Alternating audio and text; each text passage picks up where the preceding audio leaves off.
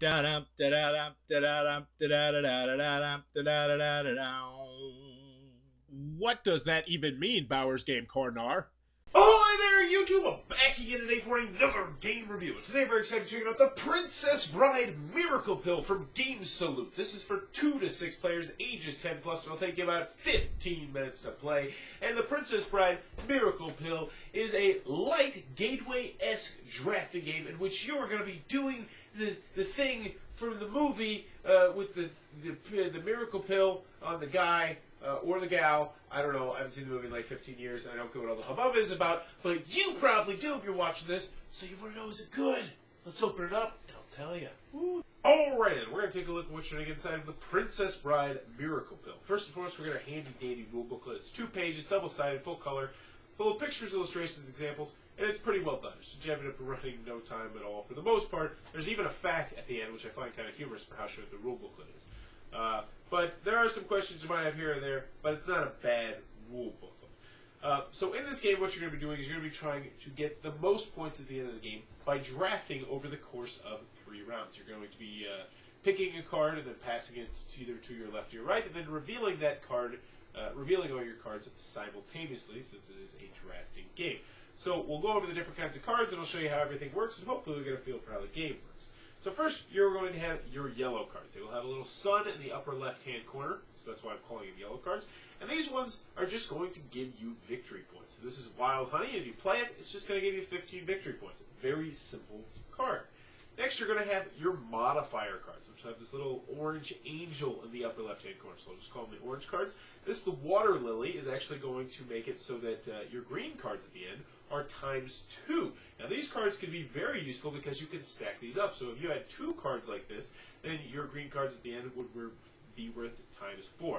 But you never know if you're going to get them, since it is kind of random which cards you get based on what other people draft. So it is kind of tricky in that aspect. Next, the green cards, which we just talked about. We'll show you the slug juice. So the green cards are a simple set collection aspect. You have one of them at the end of the game, it's only worth 5. However, 2 is 15, 3, 35, all the way up to 6. If you get 6 of them, which would be crazy, you're going to get 200 points, which means you're probably going to win the game. So this is just a simple set collection aspect of the game. Next, we have the blue cards. And these are going to help make potions a little bit easier to make. We'll talk about potions in a second. But essentially how this works is it's going to be worth some victory points at the end of the game. But also, now, the little slugs are not required to make potions anymore. And we'll show you a potion so you can understand that. Here is a fire potion. And these don't start coming out until round number 2. But, for instance, if this potion required a green and we had that pond water, we would only have to discard the other thing. Because in order to make potions, you need to discard an orange and a yellow, and then you could make a fire potion. So yes, you could discard this wild honey potentially, and then an orange, and then you could make this. So it's kind of like upgrading to a nicer potion. Next, you have the red cards, the red-looking pizza slices. And these are just going to attack players. Play this card in an opponent's work area, scored -5 for each card at the end of the game. So these are just purely attack. They don't really benefit you too much, but they can knock other people down a peg. Last but not least, we're going to have the Black Spoon cards. These are on round 3 only, but these are going to score you points, persistent points. So this one scores 10 points for every pizza card you have at the end of the game. So if you've been attacked a lot during this game, this would be a great card to have because it can get you some points. Now there's one more kind of card I wanted to show you that I forgot, and those are pretty simple. Those are rainbow cards. These will count as any symbol you want in the upper left-hand corner for potion making and end game bonuses. So those can be very, very valuable. So what are you going to do on a typical round? Well, I'll show you. Everybody's going to have 4 cards in their hand, and we can see that we're going to be passing our cards clockwise up in the right-hand corner. So you're, let's see, how do I want to start it off? Ooh, yeah, we'll go with the bat wings. That sounds like a good one. So we play this down. We would pass our cards to the right.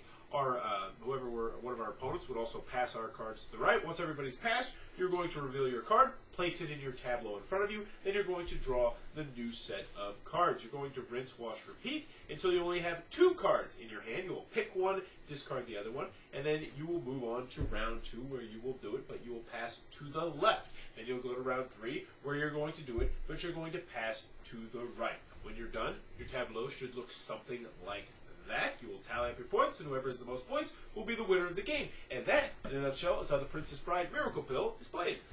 Alright then, Miracle Pill, the Princess Bride game from GameSolute. What are my final thoughts? Because the pros, let's go with the cons. First, on the pro side, I mean, it's got the Princess Bride theme on it, which is instantly going to be a big turn on for a lot of people. And I talked with somebody who I played it with, who is a big Princess Bride fan. They said, thematically speaking, the game makes sense. You know, it could be other themes, obviously, because it is just a light drafting game.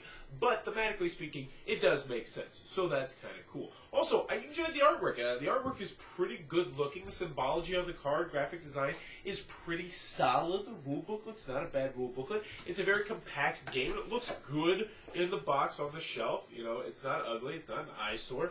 It's only 72 cards. So it's the kind of thing where if you're one of those crazy people who likes to take stuff out of the box, I can't believe people do it, but people do it. You know, this is a very light, compact game. You can take it with wherever you want to go. Also, it is a gateway game. This is about as simple as it's going to get almost with drafting game. You're just going to draft 3 cards, and then draft 3 cards, and then draft 3 cards, and up your points. And, you know, I wish, well, I'll talk about that in the cons. I wish, well, no, that's still cons. Which I feel is going to fit the theme well. You know, the Princess Bride, you get somebody coming over to your house who's not a gamer, they see that on the shelf, and like, they're intimidated by a lot of the stuff, they're like, whoa, is it the Princess Bride? I love that movie. You'd be like, yeah, that's a super simple game. I can teach that to you, no problem. I swear, it's easy as anything, and they get excited, and in theory, that should be a good thing. But moving on to the cons, the Princess Bride Miracle Pill is just boring. Oh my god, it's so boring. Ah! Ah! Ah! God! Okay. Calm down. We're not gonna fight here. We're just here to talk about the Princess Bride Miracle Pill, okay? Took a chill pill. So what don't I like about the game? As I alluded to, it is a boring game. None of the special abilities are particularly interesting. The modifiers are not interesting. The sun cards are especially not interesting, especially early in the game. Oh, I play this card, I have 15 points. That's fun. Most of the potions are not interesting. Oh, I just get rid of stuff, and now I have slightly more points. And there's some potions where you're like, who the hell's going to play this? It's just not even worth playing much of the time. You have your obligatory wild cards, which are, well, in my humble opinion, a little bit too overpowered, because at least based on what I'm reading in the rules, you can use those as green cards, which brings me to my other con, which is the green card strategy is way too powerful. 4 out of the 5 games we played were won by green cards, and it was a landslide. The only way I feel like green cards could be realistic is if everybody but one person was going for green cards, and the other person was just trying to make a super powerful potion. But I digress. Just nothing about this game is that interesting, which is not terrible when you're playing a children's game. But for an adult game that you're expected to bust out on a game night, this is just no. Don't even get me started. 2 players is just so bad, and 3 players, it's just okay. All the player counts are bad because the game's bad. But it's just, oh, man. So what else do I not like about the gameplay itself? Theme-wise, I told you the theme works, but it really could be any theme at all. And the worst part about this is I feel like this was just a cash-in. I feel like this was a Princess Bride cash-in, that they had this crummy game here, and they're like, hey, I bet if we slapped the Princess Bride on this, we could probably make a little bit of cash. And instead of fine-tuning this game and making it a little bit more interesting, they chose not to do it, and what we're left with is this big box of crap. Actually, I apologize. As I mentioned in the pros, it is a small, sleek, compact box of crap that's going to sit on many people's shelves and not get played, and it's just... The Princess Bride Miracle Pill is a bad game. It's not fun, it's boring, and it feels like a little bit of a cash-in, which seems really odd, considering I know there's not that much money floating around the board game hobby, but who knows? Well, I guess people in GameSolute do. But the Princess Bride Miracle Pill is one that you absolutely want to steer clear of. maybe try it before you buy it if you're absolutely smitten on the Princess Bride. But then again, I don't think the theme's going to come across too terribly amazing. And I just need to stop talking about this game. So, in the comments below, let me know. Worst ex-girl/boyfriend and why. Mine was named, what was her name? Erica. I met her on Craigslist. So that's a promising start. You know that's a promising start. It was a hot-headed, very lustful. But yeah, she ended up breaking up with me after about 7-8 months of dating, like the day before Valentine's Day, after she had asked me to give her Valentine's Day present early. She didn't like her Valentine's Day present, and that was like the last straw, and it was such a toxic relationship. But granted, I could do a whole AMA about toxic relationships, because I made a lot of bad choices in my past. But let me know in the comments below, what is your worst relationship and why? And as always, thanks for your time, YouTube. And don't